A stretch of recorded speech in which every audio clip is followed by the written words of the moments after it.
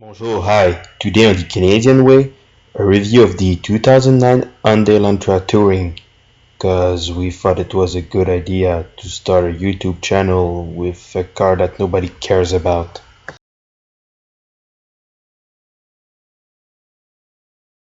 I've borrowed this Hyundai from myself. I've been driving this car for the past 2 years. Hyundai Elantra arrived at the beginning of the 1990s. The objective of that car was to offer an alternative to the Honda Civic and Toyota Corolla. In 2009, Hyundai launched the Elantra Touring, which is a station wagon that was only offered currently in Europe. When this car arrived, it cost $17,710 Canadian. And today, I'm going to review this car and tell you where it belongs on the Canadian scale.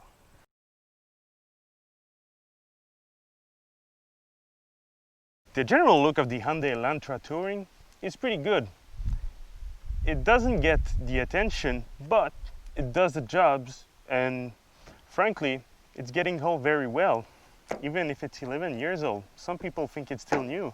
But after all these years, some part of it start to show its age. Let's start with the bumper. The bumper is made out of a plastic very hard. So as you can see here, when you hit something, it's gonna break down. And in Canada, you know, with all the snow and ice on the road, it's gonna happen. Another thing, the Hyundai Elantra Touring white and black have a tendency to rust really quickly. So if you're in the market for one of these, don't get it white or black. Now let's talk about what makes this Hyundai different than a normal Hyundai Elantra, the Touring. Normally an hatchback finish right after the wheels, and a station wagon finish exactly where the trunk of the sedan finish, except it's a hatch, so it's bigger. But as you can see here, it's not exactly the length of a sedan and not exactly an hatchback. It's between both. It's a half station wagon. Let's talk wheels and tire here. The tires on the Hyundai Elantra are 195/65/15, which makes it pretty cheap to change. The wheel cap hold on tight thanks to these lug nuts.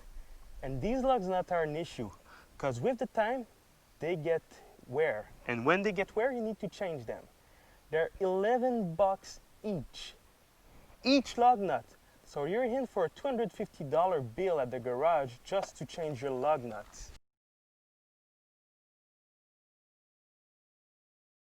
In the interior of the Hyundai Elantra Touring with the trunk. As you can see here, it's pretty big. It's 689 liter. And with the seats down, 1,848 liters. The reason why the Elantra half station wagon has such a huge trunk is thanks to his roof line, which is pretty high. Because in reality, with the seats down, the trunk is shorter than any other station wagon of the category. To get the seats down, it's very simple. You just push the clamp, push the seat down. Here you go. Another problem in the Hyundai Elantra trunk is the floor. As you can see here, it's all bent. It's because it's made out of cardboard, and when you put heavy stuff like a dishwasher or you go to the cinepark, you're gonna break it. It's sad. Sitting in the back of the Hyundai Elantra is pretty easy. The door opens very wide, and there's a lot of space. I'm 6 foot, and I can fit very comfortable in here. I got a lot of leg room. Nothing to say. The seat.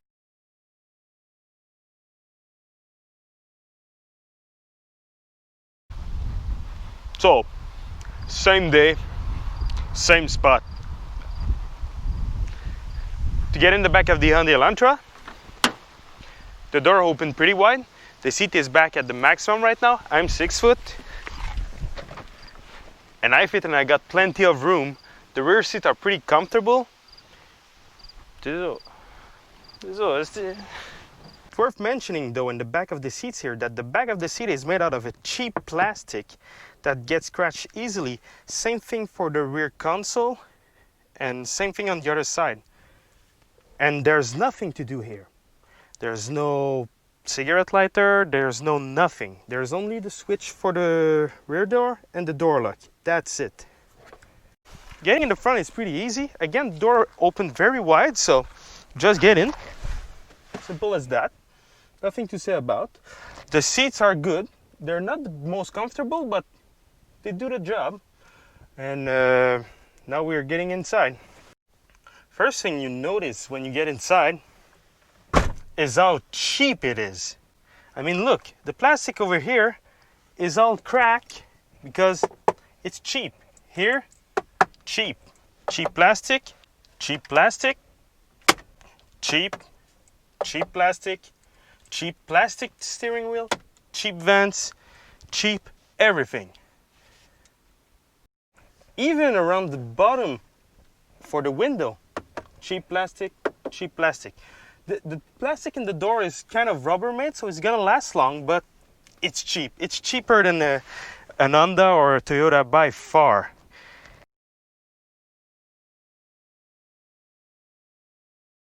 Before I get inside to show you all the equipment available in the Hyundai Elantra, I want to tell you what's in. It has a radio, like every car. It has AC, like every car. It has electric window from standard. It has electrical door lock. And it has, from standard, heated seat, which is amazing, especially in Canada. But what it doesn't have is pretty insulting. It doesn't have cruise control. It doesn't have electric mirror. And this is the center console. The one here inside the car has an armrest. That's right. The armrest is an option, but the heated seat is standard. The guy who thought about that at Hyundai should be fired. And you have two power outlets. Kind of cheap. As you can see, everything moves in it, but they work. Nothing to say about them. Now, let's talk about that radio. You're gonna see every equipment in that car is made out of cheap stuff. The sound system in that car is okay. You put an auxiliary plug and the sound is good. Not the best, but it does the job. But the radio sucks. Even if you're close to an antenna, it doesn't get anything. It's always making weird noise in the back. And look how cheap it is. The volume knob has collapsed. It's so cheap, and the bottom one is stuck. The radio is so cheap, it's unbelievable. Let's talk about the AC system. It's a very simple system, very easy to use. Every button is accessible easily. Nothing to say about that. But I want to talk about the fan power. The fan, as you can see, has 4 levels. And that fourth, in the winter, it's like 2 in another car. It's very sad. That's why they put heated seats. It's because the car doesn't blow enough air to make you warm. And even the window switch are cheap. Doesn't feel really, they're kind of squingy, kind of shaky. But the main thing is it doesn't go down at the same speed and doesn't go up at the same speed. There's some that take 15 seconds to go down and others that take 5 seconds. It's crazy. And other things, the door lock. As you can see, I have lock every door by pressing the button, but this one doesn't work. After 11 years, it's out. Look about the lock here. The lock is made out of cheap plastic inside, so I have to get it rebuilt because one day my car refused to start. The key was stuck. And Hyundai wanted $700 to change that. Luckily, a locksmith did it for me for $150, but Hyundai wanted $700, and it's regular. They told me that they do it on almost every Hyundai from that era. Another annoying thing in the Hyundai Elantra is the handbrake situation. It's well located, nothing to say about that, but as you can see, it's pretty high, and I have to keep it pretty high because the flange that pulls on the cable is loose from standard. It's not fixed anywhere. So when you make the cable tight and you hit the bump, the handbrake raises and you lose your daylight running.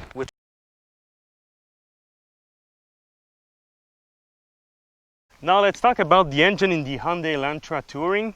It has a 2-liter 4-cylinder that produces 140 horsepower and 136 pound-feet of torque. The main characteristic of this engine is that it is a stroker, so it produces a lot of torque all the time. As a result, with a 5-speed manual, you're going to get around 7.6 liters per 100 kilometers easily, without even trying. The engine uses a timing belt that needs to be replaced every 120,000 kilometers and is sequential injection, so pretty easy to maintain. The car has 4-disc brake and 4-wheel independent suspension, which is pretty surprising for a car of that price. Well, pretty surprising. We know where they cut, huh?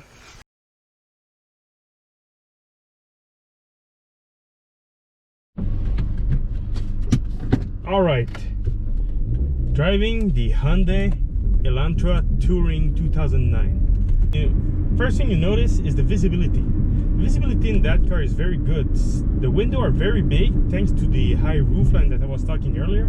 I got pretty much of headroom, and the driving position is very good. Nothing to say much about it. The second thing you notice is how harsh the suspension is. Right now I'm in a bumpy road, and look at me, I'm jumping everywhere. They put like a sports car suspension in that car. There's sports cars that are more comfortable than this. It's a very, very stiff suspension, and I don't know why they put it. It makes the car uncomfortable. Third thing you notice is the noise. Listen to that. There's no sound deadening in the interior, so all you hear is how the bump you hit. And in Canada, there's plenty of bump. There's only that on the road. Now let's talk about the engine. Like I mentioned, it's a 2-liter, which is pretty big for the power it makes, and the result is it has a lot of torque. Do that. I'm on a stop now, 4th gear. I just moved from a stop in 4th gear in a 136 foot-pound of torque engine. Very good. And the end result of all that torque is that it's very, very, very easy to get a good fuel economy. I say I average 7.6. That's winter and summer combined. In the summer I get around 7 to 7.2 liters per 100 kilometers, and I'm not the kind of guy who has a light foot, you know. The direction, now we're in the curvy road. The direction is okay. It gives a good feedback about the road, but it's not the most precise. You could have put a better ratio.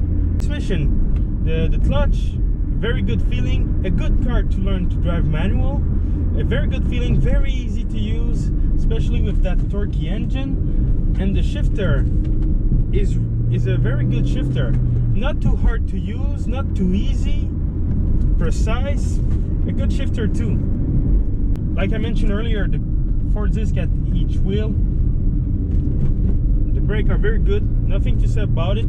4-disc at each wheel, and because of that suspension, again, braking is very reassuring, very stable, but that suspension really ruins the ride. I mean, look, bump, bump, bump, and you can hear it.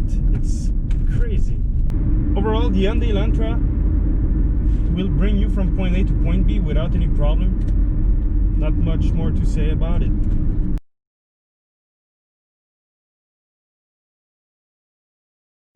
So, the Hyundai Elantra Touring 2009. Good mechanics, good trunk, but everything in between sucks. The interior is cheap, there's no sound deadening, and the suspension is really harsh. 11 years ago, I would have never recommended that car for 17 grand. But today, they're worth 3 grand, and they're cheap to own, reliable, and easy on gas. That's why I own one, and that's why this car is Canadian recommend.